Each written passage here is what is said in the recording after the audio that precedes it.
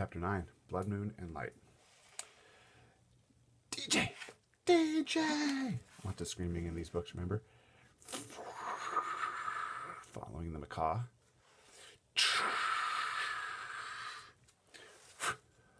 Okay, Big Bird, drop him. What? Swink. Gotcha! That's a big bird. I know, right? Whoa! Whoa!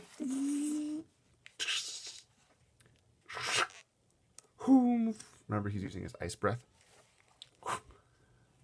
Hilo! I see him. Uh-oh. Giant rat problem! Stop! You had one job, and you grabbed the wrong boy. Stupid machines. Hello, Hilo. You're Dr. Bloodmoon. I am.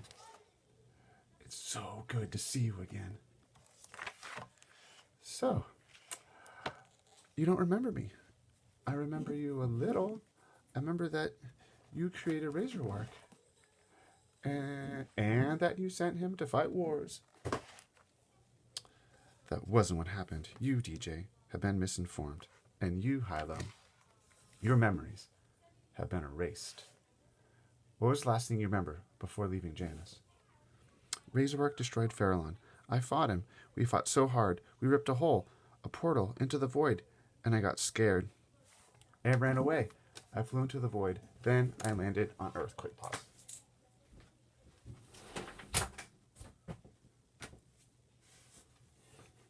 Razorwark followed you into the void. That's the last this world has seen of either of you. What happened here? Why is there no power? Why don't machines work? Except hers.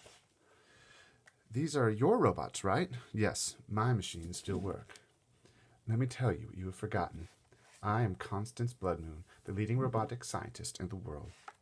I spent years making extraordinary robots, but I knew I could make one that was better. I wanted to create one that didn't just drive a car or serve food or clean a house or play baseball or whatever he's doing. I wanted one that could protect people, help people, save people. She looks proud there, doesn't she? But I failed over and over to help people. You have to understand them. You have to feel. Yes, my robots had limited emotions. I couldn't make them feel. Remember, that's what's different about Hilo and Izzy and Razorwark. How'd you finally do it? I got help. A traveler from another world came to visit me. He was a big talking cat. What? His name was Tamir. Now, remember how Polly said that Earth and Janus and Polly's planet are all connected? And we knew that Tamir would come back. Tamir explained to me that he traveled through a dimension, a dimensional portal. He called it a door. On my world, we call a door like that magic. Here you call it science. It is mostly the same. He explained to me that he used to be a fierce warrior. I was a creature of rage and greed. I sought only to hurt and to conquer and to rule my world. And I did, until I found this. Important to alert, right? This entire thing seems really important. My army had just defeated the Willow tribe of Mount Fatum. They were resilient, but ultimately simple people. They mostly dwelled within their mountain, which should have been far too cold to live in. But when we ventured in, we were bathed in such warmth, such a comforting heat. I alone searched for the source of this heat, and when I found it, I discovered so much more than a solution to the cold. What? Love. I'm sorry? For the first time in my life, I experienced the feeling of love. I was born enslaved, beaten, starved, abused, and forced to work until the day I was strong enough to fight back.